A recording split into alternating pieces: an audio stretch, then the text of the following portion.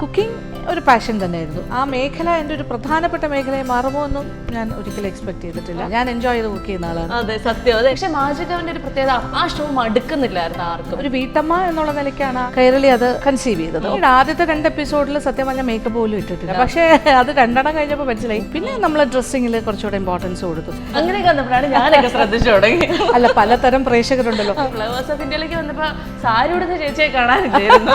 അതായിരുന്നു ഭയങ്കര ഷോക്കിംഗ് എല്ലാവർക്കും.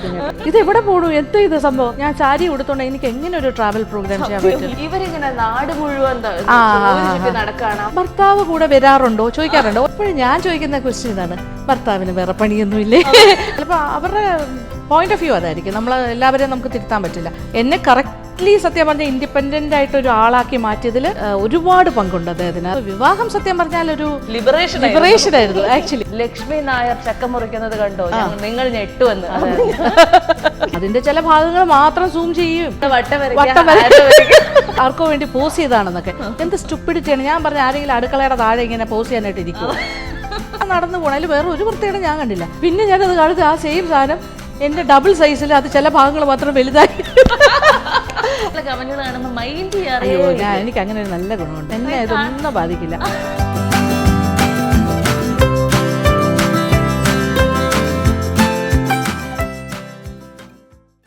Hi, hello dear viewers, welcome to our show ice break with Veena. ഇന്ന് നമ്മുടെ ഗസ്റ്റിനെ കുറിച്ച് എനിക്ക് കുറച്ച് കഥകളൊക്കെ പറയാറുണ്ട്. അതായത് ഈ കുക്കിംഗ് എന്ന് പറയുന്നത് ഭയങ്കര ബോറടിച്ച് നമ്മൾ ദിവസവും വീട്ടിൽ ചെയ്യേണ്ട കാര്യമല്ല.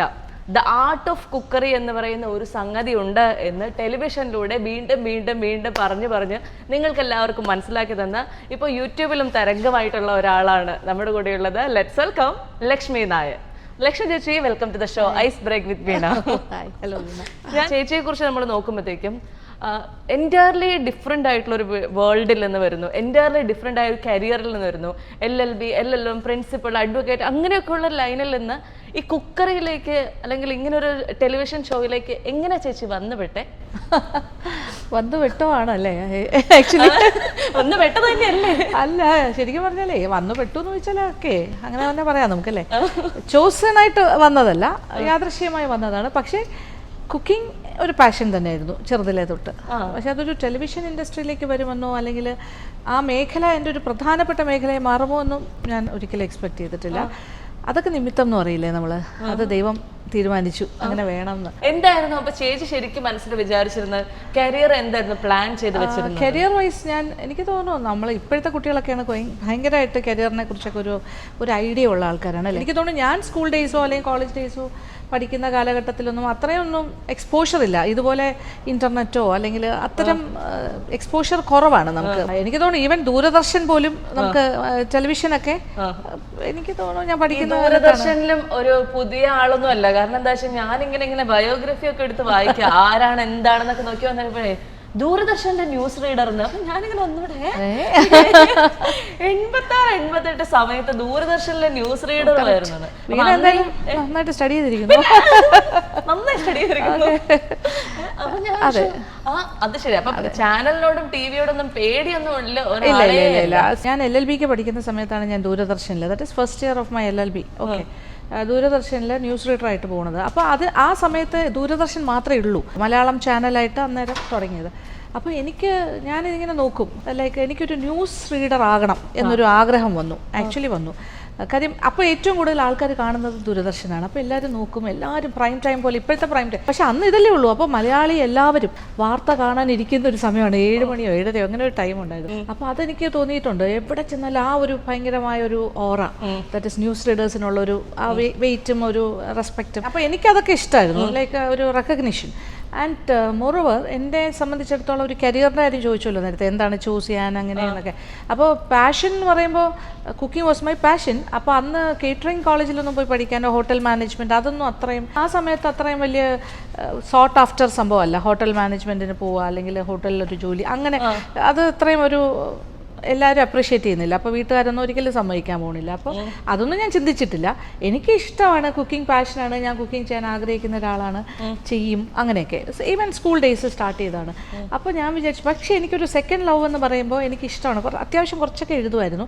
ജേർണലിസം എൻ്റെ ഒരു വലിയൊരു സ്വപ്നമായിരുന്നു. അപ്പോൾ ഞാനിങ്ങനെ പറയും, എനിക്കൊരു ജേർണലിസ്റ്റ് ആകണം, എനിക്ക് MA ജേർണലിസം ചെയ്യണം അങ്ങനെയൊക്കെയായിരുന്നു after degree. And history was my favourite subject, English and history. Okay, അങ്ങനെ പ്രീ ഡിഗ്രിക്ക് ഞാൻ അന്ന് പ്രീ ഡിഗ്രിയാണ് കേട്ടോ, ഇപ്പോഴത്തെ +2. അന്ന് ഞാൻ ഇംഗ്ലീഷ് ആൻഡ് ലിറ്ററേച്ചർ, അതായത് ലിറ്ററേച്ചർ ആൻഡ് ഹിസ്റ്ററി എന്നുള്ളൊരു ഓപ്ഷൻ ഉണ്ട് സെൻറ്റ് റിസാസിൽ. 5ാമത്തെ ഗ്രൂപ്പാണ്. ഇവിടെ എനിക്ക് തോന്നുന്നു ഓൾ സയൻസിലും ഉണ്ടായിരുന്നു. അപ്പോൾ ആ ഒരു എറണാകുളത്തേക്ക്, അത് 5ാമത്തെ 5th ഗ്രൂപ്പ്. അതെ 2 years I was there. And അവിടെ വെച്ചിട്ടാണ് അതെല്ലാം പഠിച്ചത്. അത് കഴിഞ്ഞപ്പോൾ എനിക്ക് BA ഹിസ്റ്ററി എനിക്ക് മെയിൻ എടുക്കണം തോന്നി, അത് ഹിസ്റ്ററി എടുത്തു. അപ്പോൾ ഹിസ്റ്ററിയും ഇതും പഠിച്ചു കഴിഞ്ഞപ്പോൾ അപ്പോൾ എനിക്ക് അടുത്ത MA എനിക്ക് ജേർണലിസം ചെയ്യണം എന്നായിരുന്നു ആഗ്രഹം, ടു ബി എ ജേർണലിസ്റ്റ്. പക്ഷേ അത് എന്താ പറയുക, അപ്പോൾ അച്ഛനൊക്കെ പക്ഷേ ലോ മേഖലയിലായതുകൊണ്ട് നാച്ചുറലി ലോയിലേക്കാണ് എന്നെ അടുത്ത് സജഷൻ വീട്ടിൽ നിന്ന് വന്നത്. എനിക്ക് ഇഷ്ടക്കേടൊന്നുമില്ല, എങ്കിലും മനസ്സിന് എവിടെയോ ആ ജേർണലിസം എന്നുള്ളൊരു സംഭവം ഉള്ളതുകൊണ്ടായിരിക്കാം ന്യൂസ് റീഡിങ് അടുത്തൊരു മേഖലയായിട്ട് ഞാൻ കണ്ടു. എന്നാൽ ശരി, ലോ പഠിക്കല്ലേ, കൂട്ടത്തിൽ നമുക്കൊരു ന്യൂസ് റീഡറും കൂടെ ആയാലോ.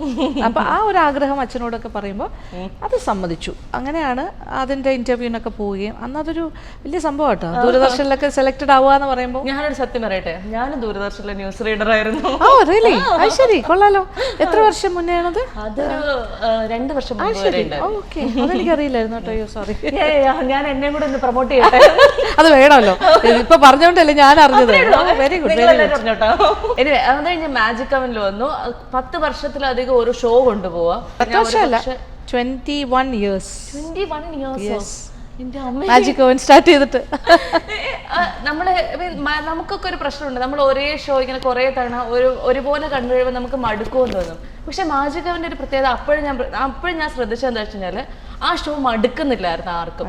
ആ ഷോയ്ക്ക് എപ്പോഴും ഓഡിയൻസ് ഉണ്ട്, എപ്പോഴും കാണാനും കേൾക്കാനും, ഇനി ചേച്ചിയെ കാണാനും കൂടെ ആൾക്കാരുണ്ടായിരുന്നു. ഫുഡ് മാത്രമല്ല, ചേച്ചിയെ കാണാനും ആളുണ്ടായിരുന്നു. ഞാനൊക്കെ ആ സമയത്ത് ലക്ഷ്മി ചേച്ചി ഏത് മാല ഇട്ടേക്കുന്നത്, അതിന് ചേരുന്ന നെയിൽ പോളിഷ് ആണോ ഇട്ടേക്കുന്ന റിങ്സ് ഏതൊക്കെയാണ്, ഇതൊക്കെയും കൂടെ നോക്കുമായിരുന്നു. ഇങ്ങനെ എല്ലാത്തിലും ഒരു എങ്ങനെയാ ചേച്ചി അതിങ്ങനെ അതിനകത്ത് എന്നും പുതുമ കൊണ്ടുവരാനായിട്ട്. അത് ബേസിക്കലി ഞാൻ മനസ്സിലാക്കിയത്, അതുവരെയും ഷെഫ് ഏതെങ്കിലും ഹോട്ടൽ ഷെഫ്സ് ആണ് നോർമലി ഭക്ഷണം ഉണ്ടാക്കുന്ന കാണുന്നത്. ഒരു വീട്ടമ്മ എന്നുള്ള നിലയ്ക്കാണ്, ആ ഒരു കോൺസെപ്റ്റിലാണ് കൈരളി അത് കൺസീവ് ചെയ്തത്. ഓക്കെ, അപ്പോൾ എന്നോടത് സംസാരിക്കുമ്പോൾ അത് ബെറ്റി ലൂയിസ് ബേബി, ബെറ്റി ചേച്ചി, ഓക്കെ, സഹാബ് MA ബേബി അദ്ദേഹത്തിൻ്റെ വൈഫാണ്, പുള്ളിക്കാരിയായിരുന്നു എൻ്റെ പ്രൊഡ്യൂസർ. ഓക്കെ, അപ്പോൾ ആ സമയത്ത് ബെറ്റി ചേച്ചി ഞാനുമായിട്ട് ഫസ്റ്റ് ഒരു കോൺവെർസേഷൻ നടക്കുന്ന സമയം, ഒരു വീട്ടമ്മ കുക്ക് ചെയ്യുന്ന, അത് നമുക്കൊരു നെക്സ്റ്റ് ഡോർ നെയ്ബർ എന്നൊക്കെ പറയില്ല, ആ ഒരു ഫീലോട് കൂടിയുള്ള ഒരാൾ വേണം, അല്ലെങ്കിൽ അങ്ങനെയാണ് അവർ ആലോചിച്ചത്. അപ്പോൾ ഞാൻ വിചാരിച്ചു എനിക്ക് അങ്ങനെ പ്രത്യേകിച്ച് ഒരു സ്ക്രിപ്റ്റിൽ വർക്ക് ചെയ്യാൻ പറ്റുന്ന ഒരാളല്ല ഞാൻ. ഓക്കെ, അതാണ് വേറൊരു പ്രത്യേകത. എനിക്ക് എഴുതി തന്നു കഴിഞ്ഞാൽ എനിക്ക് പറയാൻ പറ്റില്ല. അങ്ങനെ ബെറ്റി ചേച്ചിയായിട്ട് ഒരു ഫസ്റ്റ് കോൺവെർസേഷൻ നടക്കുന്നു. അന്നേരം ഇങ്ങനെ പറഞ്ഞു, അങ്ങനെ ഒരു പ്രത്യേകിച്ച് ഒരു ഫോർമാറ്റ് ഒന്നും വേണ്ട, ലക്ഷ്മി വളരെ കാഷ്വലായിട്ട് എങ്ങനെയാണോ വീട്ടിൽ കുക്ക് ചെയ്യുന്നത് അതുപോലെ. അപ്പോൾ അത് മാത്രമേ മനസ്സിലുള്ളൂ. അപ്പോൾ ഞാൻ പറഞ്ഞല്ലോ, റിട്ടേൺ സ്ക്രിപ്റ്റ് ഒന്നും ബുദ്ധിമുട്ടാണ് കേട്ടോ, പറഞ്ഞ് കാണാതെ പഠിച്ച് പറയാനൊന്നും പറ്റില്ല. എനിക്ക് സ്വന്തമായിട്ട് തോന്നുന്ന കാര്യങ്ങൾ പറയുന്നു, ഓഫ് ഹാൻഡായിട്ട്, അത്രേ ഉള്ളൂ, ജസ്റ്റ് ലൈക്ക് ദാറ്റ്. അപ്പോൾ നമ്മൾ സാധാരണ ഒരു വീട്ടിലെങ്ങനെ ചെയ്യാം അതുപോലെയാണ് സ്റ്റാർട്ട് ഓഫ് ചെയ്തത്. പക്ഷെ പിന്നീട് ആദ്യത്തെ 2 എപ്പിസോഡിൽ സത്യം പറഞ്ഞാൽ മേക്കപ്പ് പോലും ഇട്ടിട്ടുണ്ടായിരുന്നില്ല. അത് വേണ്ട എന്നാണ് ആദ്യം ഡിസൈഡ് ചെയ്തത്, ഫീല് കൊണ്ടുവരാം. പക്ഷേ അത് 2 എണ്ണം കഴിഞ്ഞപ്പോൾ മനസ്സിലായി ഭയങ്കരമായിട്ട് വേർക്കുന്നുണ്ട്, ലൈറ്റ്സും എല്ലാം ആയിട്ട്. അപ്പോൾ പിന്നെ അവർ തന്നെ പറഞ്ഞു, ഇല്ല മേക്കപ്പ് വേണം, അല്ലെങ്കിൽ ഭയങ്കര ഒരു ഷാബി ലുക്കാകും കുറേ കഴിയുമ്പോൾ വേർത്തൊഴിച്ചിട്ടേ. അങ്ങനെ പിന്നെ മേക്കപ്പ് മാനൊക്കെ വന്നു. പിന്നെ നമ്മൾ ഡ്രസ്സിങ്ങിൽ കുറച്ചുകൂടെ ഇമ്പോർട്ടൻസ് കൊടുത്തു. അപ്പോഴാണ് ഞാൻ ആദ്യം തൊട്ട് കോട്ടൺ സാരീസ് ആയിരുന്നു. അതാകുമ്പോൾ നമുക്കിങ്ങനെ പിന്നപ്പ് ചെയ്ത് വയ്ക്കാം, ഇരിക്കും. അത് പിന്നെ പൈസ ലാഭമാണ്, കോട്ടൺ വാസ് ചീപ്പർ. ചേച്ചി, ഞാൻ വേറൊരു ചേച്ചിയെ കൂടെ ബ്ലോഗിന്റെ ഒരു പ്രത്യേകത ഞാൻ പറയാം. ഇങ്ങനെയൊക്കെയുള്ള എല്ലാ പൊടിക്കൈകളും ചേച്ചി പറഞ്ഞു തരും. അതായത് നിങ്ങളുടെ വീട്ടിൽ അതില്ലേ, ഇപ്പൊ നമുക്ക് ലോക്ക്ഡൌൺ ഒക്കെ ഇല്ലേ, നമുക്ക് അതില്ലല്ലേ, അപ്പൊ നമുക്ക് മറ്റേത് ചെയ്യാം കേട്ടോ. അപ്പൊ ഞാൻ സമാധാനം, എന്തെങ്കിലുമൊക്കെ ഉണ്ടാക്കാൻ എടുക്കുമ്പോൾ ഇന്ന് ഈ ഇൻഗ്രീഡിയൻസ് ഒന്നും ഇല്ല, അപ്പൊ നമുക്കിത് ഉണ്ടാക്കണ്ട എന്ന് പറഞ്ഞ് മാറ്റി വയ്ക്കുന്നത്. ഇല്ല, അങ്ങനെ സമ്മതിക്കില്ല, ഓപ്ഷൻസ് തന്നുകൊണ്ടേ ഇരിക്കും. ഓക്കെ, വൺ വേ അത് നമുക്ക് ഉണ്ടാക്കുക എന്നുള്ളതാണ്. ഇപ്പൊ എല്ലാ സാധനങ്ങളും ഇല്ലെങ്കിലും നമുക്ക് ഉണ്ടാക്കാമല്ലോ, അത് നമ്മൾ മാത്രം അറിഞ്ഞാൽ മതി. നമ്മളിപ്പോൾ ഒരു കോമ്പറ്റീഷന് പോവല്ലോ പെർഫെക്ഷന് വേണ്ടി, but it will be good. അങ്ങനെ ഒരു ഫീലിംഗ് എനിക്കുണ്ട്. നമ്മൾ വീട്ടിൽ എന്താ ചെയ്യുക അതുപോലെ. അപ്പോൾ അതുപോലെ തന്നെയാണ് എല്ലാ കാര്യങ്ങളും. അപ്പം മറ്റേതൊരു പാറ്റേൺ ഞാൻ ഫോളോ ചെയ്തു. അത് sari was okay, cotton sari. പിന്നെ അത് കഴിഞ്ഞാലും നമുക്ക് കോളേജിൽ കൊടുക്കാം, അങ്ങനെ ഒരു ഇതുണ്ട്. പിന്നെ രണ്ടാമത്തെ കാര്യം, അതിന് മാച്ചിങ് ആയിട്ടുള്ള ആക്സസറീസും ഇട്ട് തുടങ്ങി. പിന്നെ നെയിൽ പോളിഷ് എനിക്ക് പണ്ടും എനിക്ക് ഇഷ്ടമാണ്. അപ്പോൾ അങ്ങനെ മാച്ചിങ് നെയിൽ പോളിഷ്. പിന്നെ ഞാനൊക്കെ ശ്രദ്ധിച്ചു തുടങ്ങി. അല്ല, പലതരം പ്രേക്ഷകരുണ്ടല്ലോ. കുറേ ആൾക്കാർക്ക് ഡ്രസ്സ് കാണാനായിരിക്കും ഇഷ്ടം, പ്രത്യേകിച്ച് ലേഡീസിന്. ചിലർക്ക് കുക്കിംഗ് ആണ്. പിന്നെ ചിലർക്ക് പാത്രങ്ങൾ, നമ്മൾ ഉപയോഗിക്കുന്ന യുട്ടൻസിൽസ്, അതിനും എനിക്ക് ഭയങ്കര ക്രേസ് ആണ് ജനറലി. അപ്പോൾ എൻ്റെ ഷോപ്പിംഗ് കൂടുതലും അത്തരം കാര്യങ്ങളാണ്. എൻ്റെ മനസ്സിൽ അപ്പോഴെല്ലാം ഞാൻ വിചാരിക്കും ഇതെനിക്ക് മാജിക് കൗണ്ടിൽ കാണിക്കാമല്ലോ, അപ്പോൾ എല്ലാവർക്കും ഇഷ്ടമാവുമല്ലോ. അതാണ് എൻ്റെ എപ്പോഴും ആഗ്രഹം. അതിനനുസരിച്ചിട്ട് അപ്പോൾ അങ്ങനെ അത് നെയിൽ പോളിഷ്. പിന്നെ ഓർണമെൻറ്റ്സ് ഗോൾഡൊന്നും എനിക്ക് ഭയങ്കര ക്രേസ് ഇല്ല, പക്ഷെ മോതിരങ്ങൾ ഇഷ്ടമാണ്. അത് കാരണം കയ്യിൽ കുറേ മോതിരം സ്ഥിരം ആ ഒരു സംഭവം ഉണ്ടല്ലോ. അപ്പൊ അത് കഴിഞ്ഞിട്ട് ഞാൻ ഈ ഫ്ലേവേഴ്സ് ഓഫ് ഇന്ത്യ കാണുന്ന സമയത്ത് ആണ് ഞാൻ ആകെ ചേച്ചിയെ കുറിച്ച് കുറച്ച് നെഗറ്റീവ് കമന്റുകൾ അവിടെ കണ്ടേക്കുന്നത്. ആ കമന്റ് എന്താന്ന് വെച്ച് കഴിഞ്ഞാല് ഡ്രസ്സിങ്ങിന്റെ ആയിരിക്കും. അയ്യോ അല്ല, ഡ്രസ്സിങ് അതിപ്പോ ഓരോരുത്തരുടെ ഇഷ്ടം. അതല്ല, ഇവരിങ്ങനെ നാട് മുഴുവൻ ചുറ്റി നടക്കാണ്, അവനവന്റെ വീട്ടിലെ ഭർത്താവിനും മക്കൾക്കും കൊടുക്കാൻ ഇവർക്ക് സമയമില്ല. മനസ്സിലായി. അതാണ് ഏറ്റവും വലിയ കോമഡി. എന്താ അറിയാമോ, അങ്ങനെ ഒരു കമന്റ് വരുമ്പോൾ അവർക്ക് അതിന്റെ റിയൽ ഫാക്ട്സ് അറിയാഞ്ഞിട്ടാണ്. കാര്യം നമ്മളൊരു കണ്ടിന്യൂസ് ട്രാവൽ ആണെന്ന് എല്ലാവരുടെ ഒരു ധാരണയുണ്ട്. ദാറ്റ് ഈസ് വർഷം മുഴുവൻ ഇന്ത്യ മുഴുവൻ യാത്ര ചെയ്തുകൊണ്ട് ഇന്ത്യ മുഴുവൻ കണ്ടുകൊണ്ടേ നടക്കുന്നു. അപ്പൊ വീട്ടില് ഭർത്താവിന്റെ കാര്യം ആരാ നോക്കുന്നത്, മക്കളെ ആരാ നോക്കുന്നത് എന്നൊരു ക്വസ്റ്റ്യൻ അവരവർക്ക് തന്നെ അവരവരെ നോക്കിക്കൂടെ എന്നുള്ളതുകൊണ്ട് അത് വേറെ കാര്യം. എങ്കിലും നമുക്കൊരു ഡ്യൂട്ടി ബൗണ്ട് ആണല്ലോ കുറച്ച് കാര്യം. നമ്മളൊരു കല്യാണം കഴിക്കുമ്പോൾ നമ്മൾ റെസ്പോൺസിബിലിറ്റിയും കൂടെയാണ് എടുക്കുന്നത്, ഹസ്ബൻഡിനെയും മക്കളെയും. Even if it is A sharing of എന്താ പറയുക job and responsibilities what ever it is. എങ്കിലും നമ്മളൊരു വിവാഹ ജീവിതത്തിലേക്ക് കടക്കുമ്പോൾ നമ്മളൊരു കുടുംബത്തിനെ കുറിച്ചുള്ളൊരു കമ്മിറ്റ്മെൻ്റ് ആണത്. അതെ, അത് നമ്മളത് ഒഴിവാക്കി സംസാരിക്കുന്നത് ശരിയല്ല. പക്ഷേ എങ്കിലും അഡ്ജസ്റ്റ്മെൻറ്റ്സ് അതെ അല്ലേ, അതാണല്ലോ ജീവിതം എന്ന് പറയുന്നത്. രണ്ടുപേരുടെയും കാര്യങ്ങൾ നടക്കണം. ഹസ്ബൻഡിന് ജോലി ഉണ്ടെങ്കിൽ ഹസ്ബൻഡും കൂടെ നടക്കണം, അവരുടെ കാര്യം നടക്കണം, നമ്മളുടെ ജോലി നടക്കണം. രണ്ടുപേരുടെയും കരിയർ ഈക്വലായിട്ട് മുന്നോട്ട് പോകണം. അതിൽ ഒരു ക്വസ്റ്റ്യനും കൂടി ഞാൻ അങ്ങോട്ട് പറയാം. ഭർത്താവ് കൂടെ വരാറുണ്ടോ ചോദിക്കാറുണ്ടോ, ഒറ്റയ്ക്കാണോ യാത്ര ചെയ്യുന്നത്, ആരൊക്കെ ഉണ്ട് വീട്ടിൽ നിന്നല്ലേ? അപ്പോഴും ഞാൻ ചോദിക്കുന്ന ക്വസ്റ്റ്യൻ ഇതാണ്, ഭർത്താവിന് വേറെ പണിയൊന്നുമില്ലേ, പുള്ളിക്കൊരു കരിയറില്ലേ, പുള്ളി എൻ്റെ പിറകെ ഇങ്ങനെ നടന്നാൽ മതിയോ വാല് പിടിച്ച പോലെ? അപ്പോൾ അദ്ദേഹത്തിൻ്റെ ലൈഫ് എന്താകും? വൈഫ് മാത്രം വളർന്നാൽ മതിയോ? പോരല്ലോ. അപ്പോൾ ഇതാണ് ഒരു മ്യൂച്വൽ റെസ്പെക്ട് എന്ന് പറയുന്ന ഈ സംഭവമാണ്. അത് മറ്റുള്ളവർക്ക് ഒരു പക്ഷേ പറഞ്ഞാൽ മനസ്സിലാവണം എന്നില്ല എല്ലാവർക്കും. ഇത് ചേച്ചിക്ക് ശരിക്കും ഭയങ്കര ഇറിറ്റേറ്റിംഗ് ആയി തോന്നിയിട്ടില്ലേ? ഭർത്താവ് കൂടെ വരാറില്ലേ, ഇട്ടേക്കുന്ന ഡ്രസ്സ് കണ്ടില്ലേ, വീട്ടിലിരിക്കാൻ സമയമില്ലേ, വീട്ടുകാർക്ക് ഭക്ഷണം ഉണ്ടാക്കി കൊടുക്കുക, നാട്ടിൽ മുഴുവൻ അല്ല, ഇറിറ്റേഷൻ എന്നുള്ളൊരു ക്വസ്റ്റ്യൻ ഒന്നും എനിക്ക് വരുന്നില്ല. കാര്യം ആളുകൾ പല രീതിയാണല്ലോ, കൺസീവ് ചെയ്യുന്ന പല രീതിയിലാണ്. ആൾക്കാരുടെ കാഴ്ചപ്പാടും വ്യത്യാസമുണ്ട്. എല്ലാവർക്കും എല്ലാം ഒരുപോലെ അക്സെപ്റ്റ് ചെയ്യാൻ പറ്റില്ല. ഒരു പക്ഷേ ഇതുപോലെ യാത്ര ചെയ്യാൻ പറ്റാത്ത ഒരുപാട് ലേഡീസ് ഉണ്ടാകാം, അവർക്ക് ആഗ്രഹം ഉണ്ടാവാം, അവരുടെ ഭർത്താക്കന്മാർ വിടാത്തത് കൊണ്ടാകാം, അല്ലെങ്കിൽ ഫാമിലി മെമ്പേഴ്സിൻ്റെ സപ്പോർട്ടില്ല. അപ്പം നമ്മൾ അതൊന്നും കാണണ്ട. ചിലപ്പോൾ അവരുടെ പോയിന്റ് ഓഫ് വ്യൂ അതായിരിക്കും. നമ്മൾ എല്ലാവരെയും നമുക്ക് തിരുത്താൻ പറ്റില്ല. ഭാഗ്യത്തിന് എനിക്ക് അങ്ങനെ ഒരു കുടുംബമല്ല. എൻ്റെ കുടുംബത്തിൽ കുറച്ചുകൂടെ ബ്രോഡ് മൈൻഡഡ് ആയിട്ടുള്ളൊരു ഭർത്താവും മക്കളും ഇൻലോസും എല്ലാവരെയും കിട്ടിയത് കൊണ്ട് എനിക്ക് യാത്ര ചെയ്യാൻ പറ്റി. അതുകൊണ്ട് പക്ഷേ ഇവർ ഈ വിചാരിക്കണ പോലെ throughout the year continuous travel അല്ല.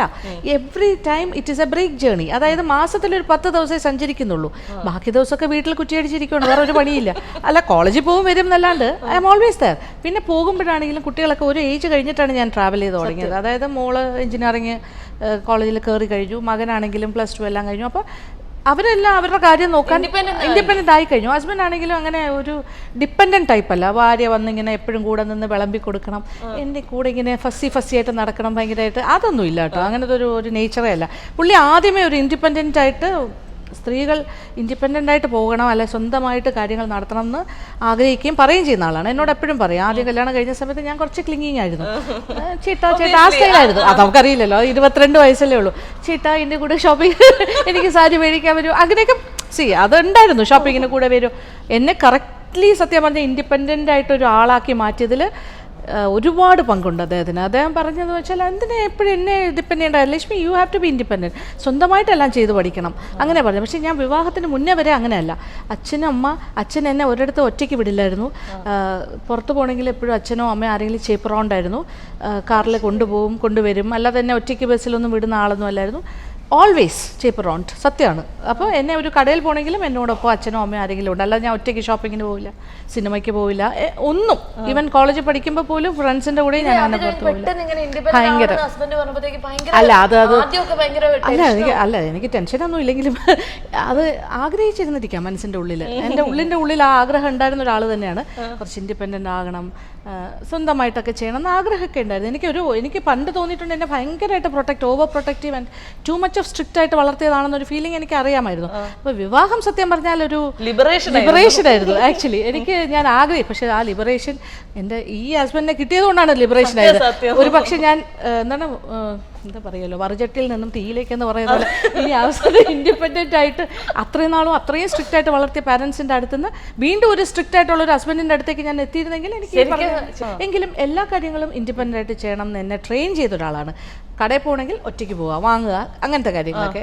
ഷോപ്പിങ്ങിനൊന്നും വന്നിട്ടേ ഇല്ല. അങ്ങനെ ഈ ലക്ഷ്മി ചേച്ചിയെ കുറിച്ച് അതുപോലെ ഞാൻ ശ്രദ്ധിച്ച വേറെ കാര്യം എന്താ വെച്ച് കഴിഞ്ഞാല് നമ്മൾ കാലഘട്ടത്തിനനുസരിച്ച് ചേച്ചി എല്ലായ്പ്പോഴും ഇങ്ങനെ അപ്ഡേറ്റഡ് ആവുന്നുണ്ടായിരുന്നു. കോസ്റ്റ്യൂം മൊത്തമായി മാറി. ഫ്ലവേഴ്സ് ഓഫ് ഇന്ത്യയിലേക്ക് വന്നപ്പോ സാരി ഉടുത്ത ചേച്ചിയെ കാണാനില്ലായിരുന്നു. അതായിരുന്നു ഭയങ്കര ഷോക്കിങ് എല്ലാവർക്കും കേട്ടോ. കാര്യം അതുവരെ ഒരു വീട്ടമ്മ, കുടുംബിനി, സാരിയൊക്കെ കൊടുത്ത് ഭയങ്കര കുലസ്ത്രീ ആയിട്ട് നിന്ന ആള് പെട്ടെന്ന് ജീൻസും ടോപ്പും ടീഷർട്സും ഒക്കെ ഇട്ട് ദേ കിടക്കണു. ഇത് എവിടെ പോണു, എന്താ ഇത് സംഭവം? അതൊരു കൺവീനിയൻസിനാണ്. ഞാൻ അല്ലെങ്കിലും കാഷ്വൽ ഡ്രസ്സസ് ഇടുന്ന ആൾ തന്നെയായിരുന്നു. പക്ഷേ ചാനലിനെ സംബന്ധിച്ച് ഒരു കുക്കിംഗ് പ്രോഗ്രാമിന് അത്തരം വേഷത്തിൽ വന്നിട്ട് കാര്യമില്ല. യാത്രകളിൽ എപ്പോഴും കാഷ്വൽസ് ആണ് ഇട്ടിരുന്നത് ആ സമയത്തല്ല, അല്ലെങ്കിലും ഈവൻ അതർവൈസ്.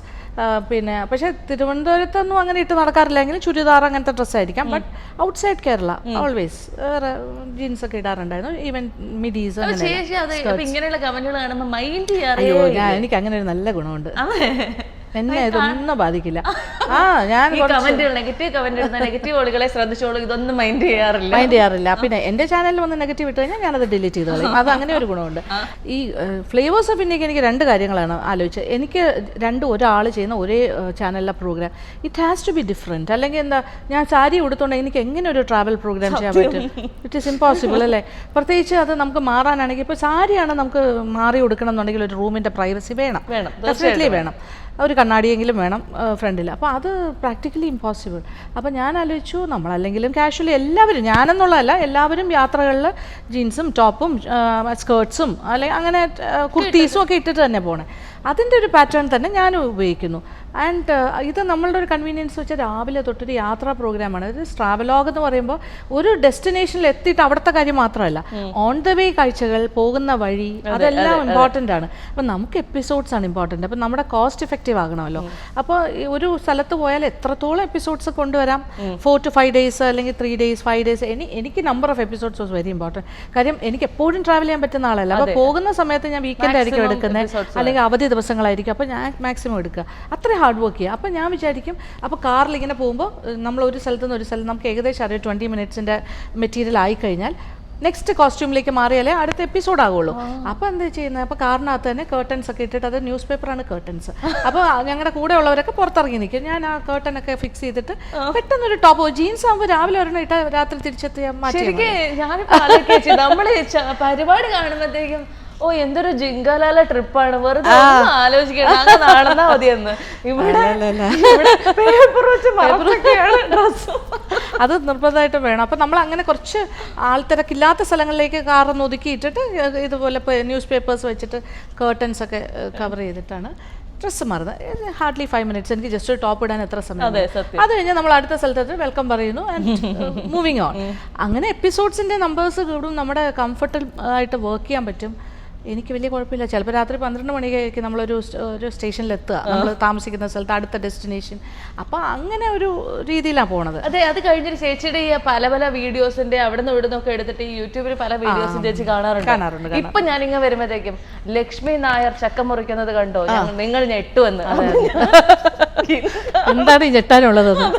ചക്കയല്ലേ മുറിക്കുന്നത്. സാധാരണ വീടുകളിൽ നിന്ന് എല്ലാവരും മുറിക്കുന്ന പോലെ ഞാനും മുറിച്ചു. ഞാൻ വീട്ടിലൊരു എന്താ പറയുക, ബനിയൻ ടൈപ്പ് ഒരു ടോപ്പ്, അതും ഷോർട്ടല്ല, ലോങ് ടോപ്പാണ്. നമ്മൾ വീട്ടിലതാണ്. ഞാൻ വിചാരിച്ചു ഒരു വ്ളോഗിൻ്റെ ഫസ്റ്റ് വ്ളോഗാണ്, അപ്പോൾ ഫസ്റ്റ് വീഡിയോ ചെയ്യുമ്പോൾ എന്തെങ്കിലും ഡിഫറെൻ്റ് ആയിരിക്കണ്ടേ. അപ്പോൾ ഞാൻ വിചാരിച്ചു നമ്മൾ വളരെ കാര്യം, എന്നെ അവർ പല രൂപത്തിൽ കണ്ടിട്ടുള്ള ആൾക്കാരാണ്. ഫ്ലേവേഴ്സിൽ കണ്ടു, മാജിക് കമലിൽ. അപ്പോൾ I wanted to be something different. അപ്പോൾ ഞാൻ വിചാരിച്ചു എന്നെ ഇത്രയും കാഷ്വലായിട്ട് ആരും കണ്ടിട്ടില്ല വീട്ടിൽ. ഞാൻ വീട്ടിൽ അത്തരം വേഷങ്ങളിൽ നിൽക്കുന്ന ആൾ തന്നെയാണ്. ഞാൻ വെച്ചാൽ എന്നാൽ ശരി, വീട്ടിൽ നിൽക്കുന്ന ഒരു വേഷത്തിൽ അങ്ങ് തുടങ്ങാം. എല്ലാ വീട്ടിലുള്ള അതെ, അത് ഇത്രയും വലിയൊരു വൈറലാകുമെന്ന് ഞാൻ പോലും പ്രതീക്ഷിച്ചില്ല.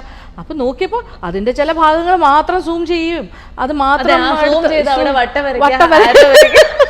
അത് മാത്രം എടുത്തിട്ട് അതൊരു വലിയ സംഭവമാക്കി ആഘോഷിക്കുകയാണ്. എന്നാൽ പിന്നെ എനിക്കൊന്നും ചെയ്യാൻ പറ്റില്ലല്ലോ.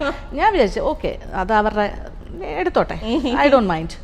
ഇത്തരം വീഡിയോസ് ഒക്കെ ചേച്ചിയോ ചേച്ചിയുടെ കുടുംബത്തെയോ എപ്പോഴെങ്കിലും വേദനിപ്പിച്ചിട്ടുണ്ടോ? സത്യം പറഞ്ഞാൽ എൻ്റെ പിള്ളേരോ എൻ്റെ ഹസ്ബൻഡോ ഇത്തരം ഒരു ചവറും കാണാറില്ല. That's main thing. ഇങ്ങനത്തെ വരുന്ന ഒന്നും അവരാരും നോക്കാറില്ല. ഈവൻ ഞാൻ കാണാറുണ്ട്. ഞാൻ കാണുമ്പോൾ ഞാൻ എടുത്തുകൊണ്ട് വന്ന് കാണിച്ചാൽ മാത്രമേ ഉള്ളൂ. നോക്കൂ ഇത് കണ്ടോ എന്ന് പറഞ്ഞാലേ ഉള്ളൂ. അവർ പറയും എന്ത് കാണാതിരിക്കും എന്നുള്ള മട്ടിൽ അവർ നിസ്സാരമായിട്ട് ബ്രഷ് ഓഫ് ചെയ്യുന്ന ഒരു സംഭവമാണ്. അതൊന്നും ആരും മൈൻഡ് ചെയ്യില്ല. മാത്രമല്ല അവർക്കും അറിയാം, കാര്യം it is part of this programme. ഏറ്റവും തമാശ എന്ന് വെച്ചാൽ ഇത് വാട്സാപ്പിലൂടെ ഇങ്ങനെ ഗ്രൂപ്പ്സിൽ ഇങ്ങനെ പോയിക്കൊണ്ടിരുന്നു ഒരു സമയത്ത്, ഈ ഒരു സാധനം മാത്രമായിട്ട് ലക്ഷ്മി നായർ അത് ഇതെന്നൊക്കെ പറഞ്ഞു. അപ്പോൾ എല്ലാവരും വിചാരിച്ചത് എന്തോ ഞാൻ ഷൂട്ടിന് വേണ്ടി ചെയ്ത അല്ലാതെ ഏതാണ്ട് ഇങ്ങനെ പോസ് ചെയ്തൊക്കെ ചെയ്താണെന്നുള്ള മറ്റുള്ള ഫോട്ടോസ് മാത്രം സി ദിസ് എന്നൊക്കെ പറഞ്ഞിട്ട് ഇങ്ങനെ. അപ്പോൾ ആൾക്കാർ വെച്ചത് എന്താ?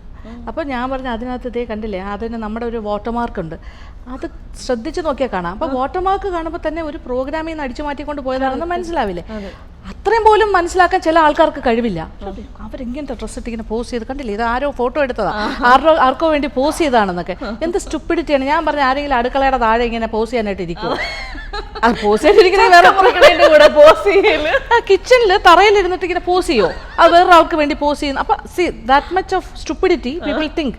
എല്ലാവരുടെ കാര്യമല്ല പറഞ്ഞാൽ അങ്ങനെ ചിന്തിക്കുന്നവർ. അപ്പോൾ വാട്ടർമാർക്ക് നോക്കുമ്പോൾ തന്നെ അറിയാം ഇത് ടേക്കൺ ഫ്രം മൈ പ്രോഗ്രാം.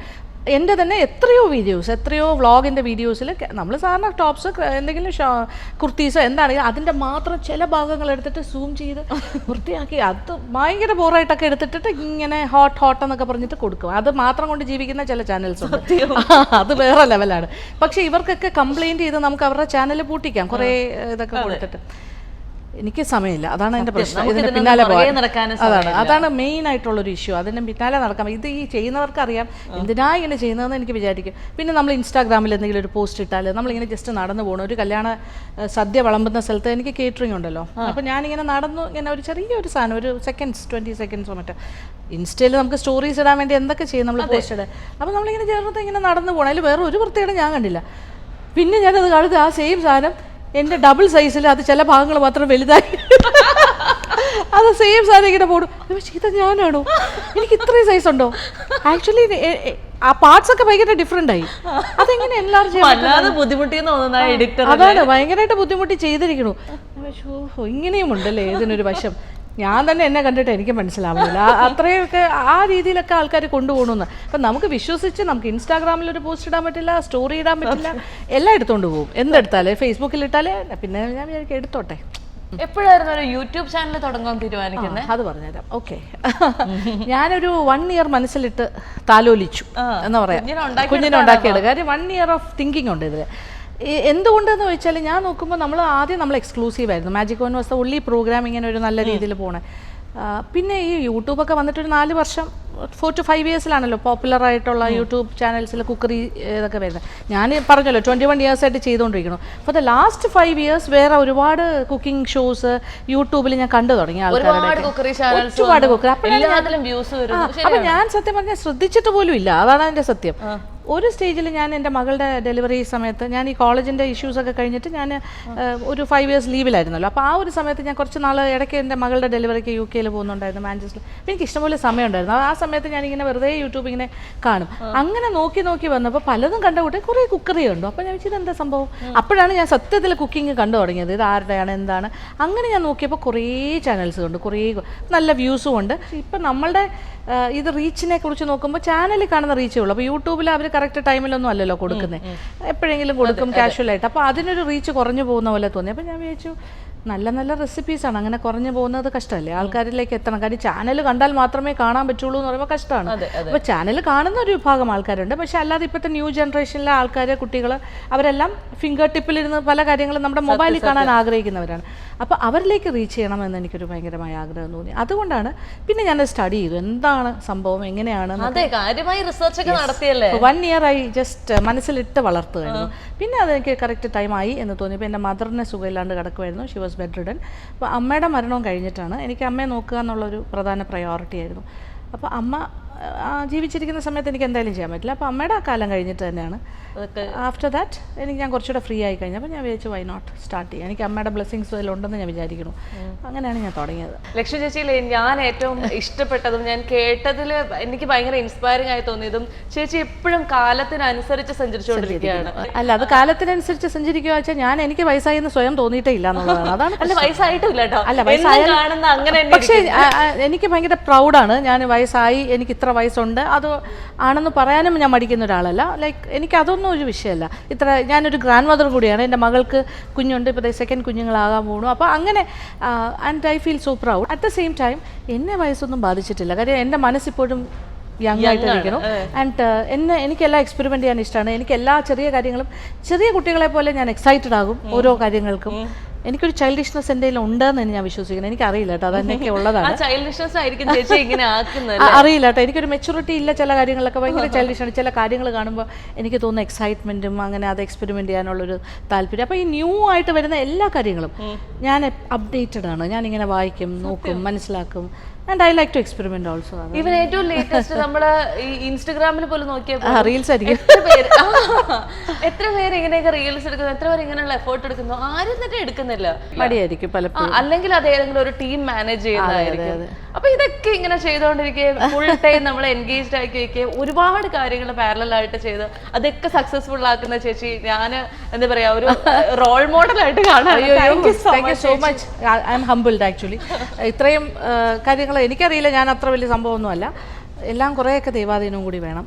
ദൈവവിശ്വാസിയാണ്, അതുകൊണ്ട് അങ്ങനെ പറയുന്നു. ഒക്കെ ഒരു ഭാഗ്യവും നിമിത്തവും കുറച്ച് ഹാർഡ് വർക്കിങ്ങും പിന്നെ നമ്മുടെ പൂർവികരുടെയൊക്കെ അനുഗ്രഹവും അച്ഛനമ്മമാരുടെ ബ്ലെസ്സിങ്സ് അങ്ങനെ വിചാരിക്കുക. പിന്നെ ഫാമിലിയുടെ സപ്പോർട്ടും, ദാറ്റ് ഇസ് വെരി ഇമ്പോർട്ടൻറ്റ്. ഇതെല്ലാം കൂടി ചേർന്ന് വന്നാലേ നമ്മളാകുള്ളൂ എന്ന് തന്നെ വിശ്വസിക്കുന്നു. ഓക്കെ, എന്തായാലും വളരെ സന്തോഷം Reena. Thank you so much. Thank you ചേച്ചി.